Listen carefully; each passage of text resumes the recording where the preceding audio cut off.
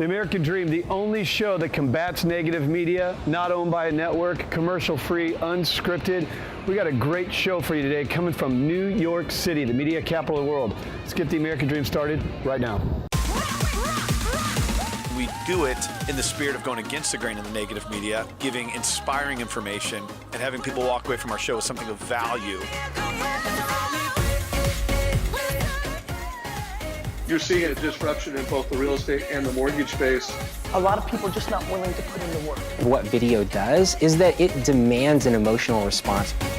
You know what I love about the show? It's totally unscripted.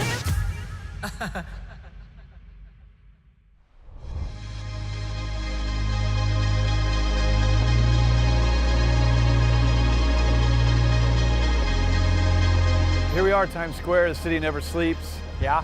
So I actually started in New York City when I was 21 years old. I had an internship right down the street at MTV when I used to actually play music. Yeah. I got dropped here, a guy from the Midwest, knew nobody, but got to know the city, fell in love with this city, and 9/11 happened, ended up back in the Midwest, was finishing school.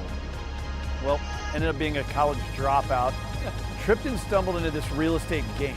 Yeah. Ultimately, I ended up in Southern California, so it's so funny to come full circle to launching the American Dream, a national TV show now in 23 cities in New York City, and how it's all come full circle.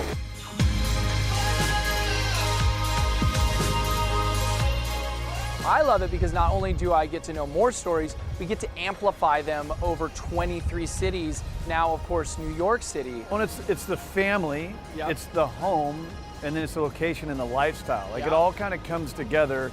And one of the things we're trying to do with this show is highlight these different communities all across the country. You recently brought us Bacal, Yeah. and when we talk about things like the American Dream, there's nothing wrong with dreaming big. Yes. A $250 million listing. The biggest. Yeah. The biggest. So here's what we did. Took a helicopter ride, Yep. $250 million listing on the West Coast. Let's go check it out. Dream and I have been invited by San Diego's premier luxury realtor, a friend of our show, the Seth O'Byrne. And we're giving LA's leader in luxury real estate, Bacal, a helicopter tour of what San Diego has to offer in the luxury real estate market from the sky. Buckle up.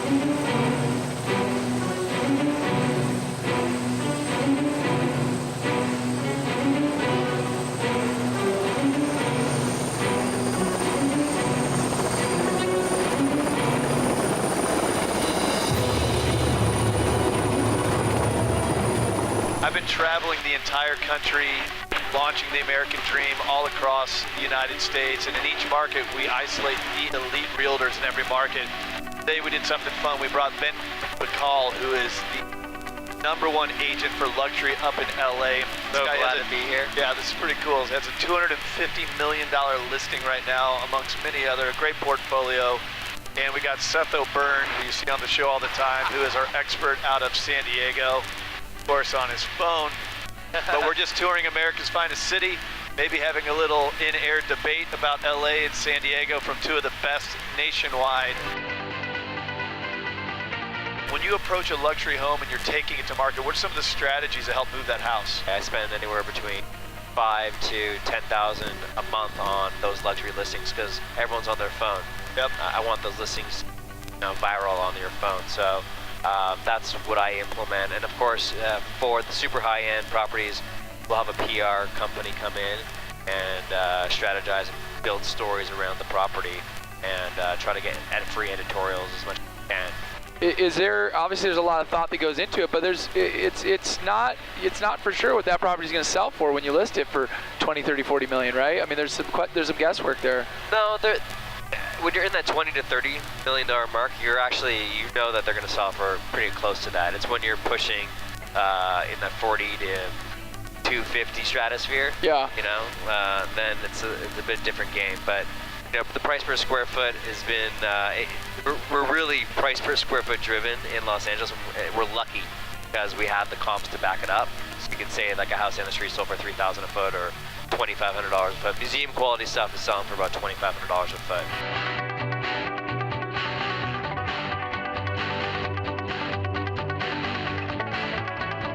Share with me a story, an example of something you've moved recently. Recently we did a house for $48 million, and it's a New York buyer that came out and bought it. And then we have a lot of buyers from the UK that are venture capital, private equity. A lot of Chinese are buying, and then mostly it's domestic because the United Emirates dollar is pegged to the US dollar, and this the Britics thing. Everything's in flux. So right now it's really domestic, but I do advertise in like Kampenhout and luxuryrealestate.com and Prestige MLS, and I put it in Mandarin. The listings, I'll translate them, and also on YouTube I'll translate them. But essentially, they're coming out here and they're hiring me, looking for their home of their dreams, and like the big listings, spending like $10,000 a month, pushing them so they're where their screens, your house is going to be, right? Yeah, so really, even though in some ways, obviously, luxury real estate has been known for being cutthroat, kind of to the opposite, you have to be collaborative with the other partners out there, right? Yeah, you really have to, exactly. You got to be collaborative with your fellow associates, and you got to maintain that relationship. Getting exclusive listings, they're great, but often they trade hands really quickly. You get a 6-month listing, and it doesn't trade, and then you pass it off to the next guy, and then boom, it could sell, which is okay. It's just the name of the game, right?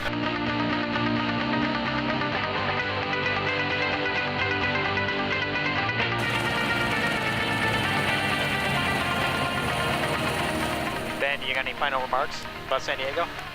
Well, from the air, I really got a really terrific perspective. Thank you, Seth, for showing me all the different areas. They're beautiful. Those hillside, those cliffside properties were extraordinary. I couldn't believe what I saw. And the value that you get for beachfront property is exceptional. I'm looking to maybe buy something one day. That'd be cool. Hope you enjoyed, and cheers to your American dream.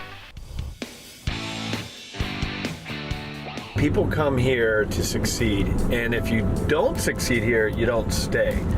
So owning a media company in Southern California to spread across the country, doing it city by city, and then New York City becoming our 23rd, it's the place where you're bringing the best of the best. In the media capital of the world, it's owning a media company. This is where you want to get to. Look at me now. I mean, it's just one of those things now where we have a seat at the table. Yeah. We've pulled major partners, sponsors, and got this momentum where we're here to launch.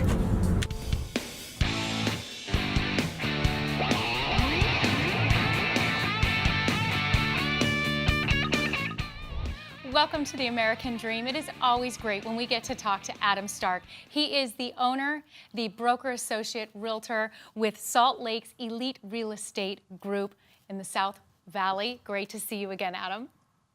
Amy, always excited to be back with you. Now, as much as I'm happy to talk to you, I'm actually really excited to talk to the amazing guest that you brought. We have Nicole Kampenhout. I hope I said that correctly. Kampenhout, yes. But Nicole is an interior designer, certified home staging expert. You are the owner of Nicole & Company Decorating and Home Staging. And if I could brag a little bit, I know that you have worked really hard at the credentials and the expertise that you have.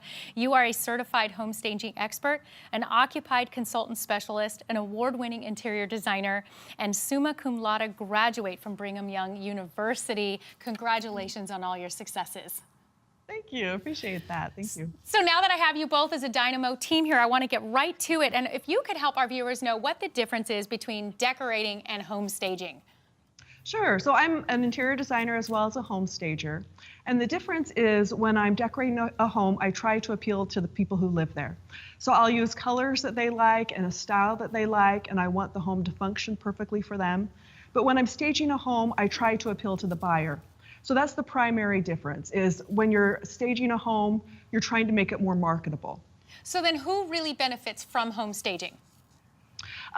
Really anyone who wants to sell their home for top dollar and doesn't want to leave money on the table when they're selling their home. There's a common misconception that staging is only for higher end homes, but that's not true at all. Anyone can benefit from staging their home when they're selling it. It really does add that extra special touch, doesn't it? Mm-hmm. Adam, it really does. Yeah. I mean, Adam, you deal with a lot of clients. You're a huge real estate advocate, of course, in your Salt Lake area. But how have you seen this impacted when you have clients that use home staging? What do you see with that? Well, one of the great things about using our services is we actually have Nicole come in on all of our listings to do a home staging consultation. And so she'll come in and she'll give them a big list of things that will help them to make their home more marketable.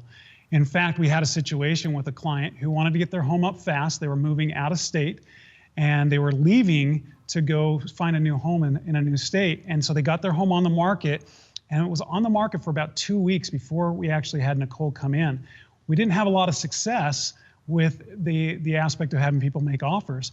When they got back, Nicole came in within 3 days of them doing some suggestions that she had.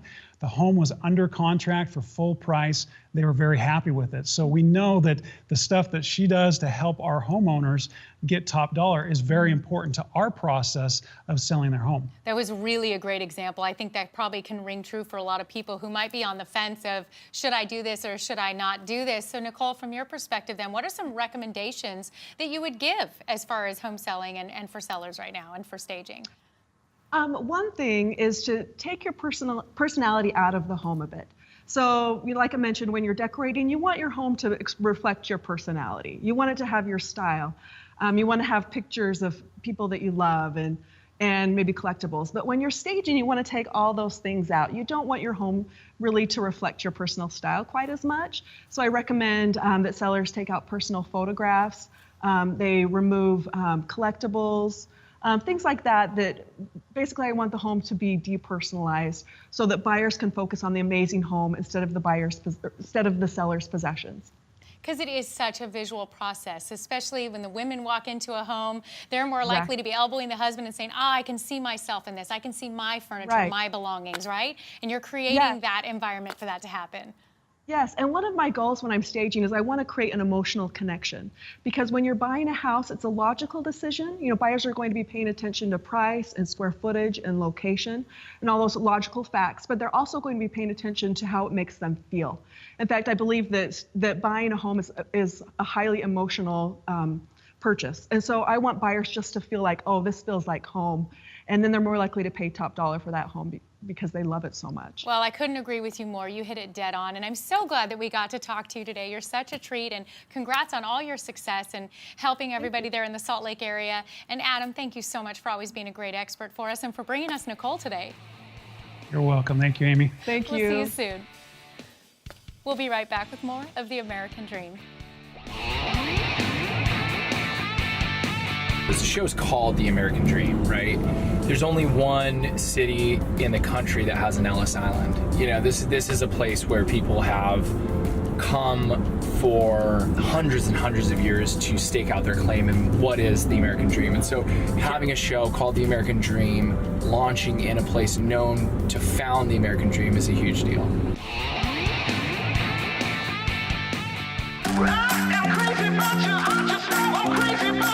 What I love most about San Diego is the pace.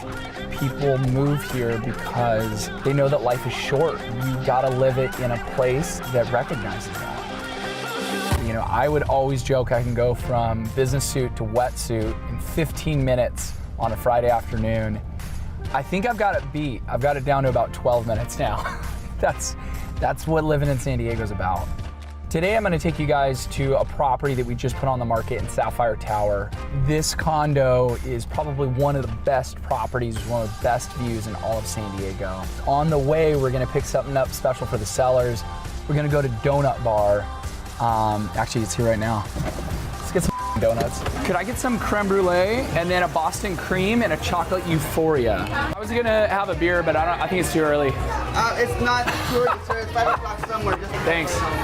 When you're in downtown San Diego, you might walk right by it and think it's nothing, but the Donut Bar has been on USA Today, it's been on the Thrillist, it's been on TripAdvisor.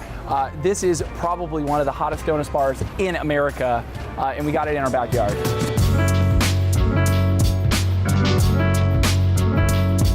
This penthouse listing is actually really personal to me because not only do we have a listing on one of the most expensive penthouses downtown San Diego, I was working on this project when I was 19 years old as an intern for the builder. So to come around 16 years later and have a listing of this caliber is something that really means a lot to us. It's 3 bedrooms, 2 bathrooms, 3,000 square feet, but you're not just buying it because of the stats, you're buying it because of the materials, you're buying it because of the Sub-Zero commercial wine fridge, the Miele, the Wolf, All these materials are absolute top of the line, and for an affluent penthouse buyer, they're the units, materials that you would really want. The reason I would buy this property is this room right here. One of my favorite rooms in the penthouse is the master bedroom. It's got floor-to-ceiling, wall-to-wall windows. It overlooks over $2 trillion in downtown penthouse living. You can see out of this window to Mexico. You can see Coronado Islands in the San Diego Bay. I like to joke that this is a 50 Shades of Grey style penthouse. And I like to think that Christian Grey himself would love this one feature that he has right here. And this is a hidden staircase, in case you have guests that need to leave in a hurry. You know, the reality is for $3 million, you could buy a lot of house, right? But you can't replicate this view. You know, that beach across the street, that's a white sand beach I surfed out this morning. For a local San Diegan, you know you're looking at basically the best of our city all in one shot. So as great as the inside of this property is, you realize that it takes all of it to make it one of the best properties in San Diego. All right, and cut. Good job, guys. We're done? We're done. You want a donut? Yes. Everybody has decided, they've made that conscious decision that they choose positivity, that they still believe America is a staircase, and that there's a possibility for everybody to go up. People rejecting negativity and choosing positivity. People deciding that they want to do more with their businesses, more with their time, more with their families, and take part in this incredible economic opportunity we have to be in this country. And so what's so cool is everyone's story is completely different, and this company is thriving as a business, at the same time creating a tremendous amount of social good. Welcome back to the American Dream. It's so fun when we get to talk to Robynn Eccles. She is the team leader with Coldwell Banker Residential, the Eccles team. Great to have you on the show, Robynn. Thanks so much, Amy. So, Robynn, we are past Labor Day. The fall is in the air. Are you starting to kind of see that change in the Salt Lake area? We are seeing that seasonal shift. You know, I was up in the Heber Valley yesterday and did that beautiful drive, and it was amazing to me to already see the change of colors. We're seeing the reds and the golds, and there's a little bit of a chill in the air today. It's like Mother Nature got the memo that Starbucks had relaunched pumpkin spice. But we're seeing that shift in the market as well. And historically, we see a little bit of a drop in sales as we move into the fall and winter months. A couple of years ago, it was a 20% drop. That was 2015. In 2016, we saw the drop in number of home sales by 16%. Last year was a little bit more of a slight shift, and it was only single digit. We saw an 8% drop in home sales. Now, I expect this year is going to follow suit. So I think the things that drove that to be less of a strong drop is that there was a strong, enthusiastic buyer pool that's really looking to take advantage of these low interest rates while they're still there, and also an influx of people moving into the state. We've seen both of those factors are still at play. So I expect it will be more of a single-digit drop as we look at this market, but we will see and have started to see that slow down. That's good. So you are seeing the buyers and sellers starting to kind of make that shift with this new season. Yes, yeah, we've seen some adjustments. So one of the things that I've seen is fewer multiple offers. Now, this isn't true in that entry-level price point. When we look at $300,000 and below, we're still seeing multiple offers across the board. But when we look more at that maybe $350,000 to $600,000 price point, we are seeing fewer multiple offers. We're seeing a little bit more negotiation in that price point than we were previously. Now, there's a couple of things at play there. One is that we have seen maybe a little bit of a decrease in that buyer interest or in their enthusiasm about the pricing. But more so, I'm seeing aspirational pricing. We've seen sellers that have kind of watched this market. They've heard about the increases that we've had. They've seen their neighbors' houses selling in a couple of days, and they're shooting for the moon. So some of those sellers will come down in price a little bit, and they'll hit the stars and still be at a record high for their home sales. Others may choose to leave the market unsold. So I think as we continue forward in these fall and winter months, we'll see that show up in our stats. We'll see a little bit more of a differential between original list price to sale price, and we'll see a little bit more of a lag time on market. It's good that you're there to advise them where they may need to shift a little bit as well as their pricing or taking a look. What opportunities do you see right now as well for buyers and sellers with this shift? We're seeing buyers that have been on the marketplace longer than in previous years. They've, maybe been up against multiple offers, especially these first-time home buyers. It's taken a little bit longer. Because of that, they've been able to pool their resources more. So we're seeing a very strong, very educated, very financially sound buyer pool. That's made it so that it's a comfortable entry into homeownership for them, and they are able to compete maybe with those cash offers that are on the marketplace that would have beat them out previously. We're seeing more buyers that are willing to maybe come out of pocket with some of those funds to cover that difference if there's a home that goes under contract for a price that maybe can't be supported by the appraisal because low inventory has suppressed comps and made it that there's not as much to compare it to. We're also seeing that sellers have a wonderful opportunity here as we move into these fall and winter months, because there's a lot less competition. So while we saw double-digit drops in the number of homes that have sold, we've seen less of a drop in the number of homes sold previously than we have the number of new homes hitting the market. So, for instance, last year, where we only had an 8% drop in homes sold, there was a 33% drop in new homes hitting the market. So for home sellers that are looking at taking advantage of this market, they have the opportunity to do so with a buyer pool that is still very aggressive, very hungry, and with less competition that they're having to work against.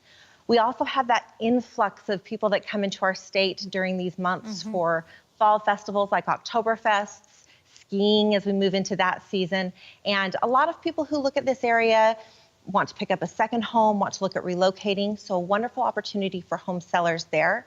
And I'm seeing a lot of buyers looking up saying, let's get a second property that we could use as an Airbnb or VRBO and take advantage of this influx of tourism, or even for their primary residence, that they're looking for a property that maybe has a mother-in-law apartment or a space that they could use to accommodate these tourists as they come to our area. Well, Robyn, you are such a great expert there for the Salt Lake area, and I'm so glad that you got to touch on all of this today. Really great information, and thank you so much for being on the show.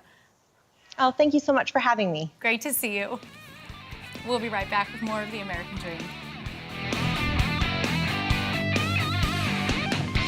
I hope you enjoyed today's show. The American Dream now spans coast to coast, all across the country and everywhere in between. The whole idea, to empower the mindset of the American Dream. Did it from New York City today. This is actually the place I started in media. Working for MTV, living in Chinatown. I'll never forget my first day in Union Square, which is where this $18 million pad is. Met my roommate. And he said, hey man, let me show you around New York City. Show you what this town has to offer. So we walked up here to Union Square. And I'll never forget, he sat down and he said, Sewing, grab yourself a piece of real estate. This is a great place to take a nap. Put his arms behind his head, laid back down. So my first day, almost 20 years ago in New York City, I took a nap in the street. So to be back here, launching the show, spreading positive information and empowering the mindset of the American Dream. Quite the honor. Thanks so much for watching the show. Hope you enjoyed it from New York City and all the areas we covered. That's all for today. Hope you can follow us on social media. I'm gonna go take a nap.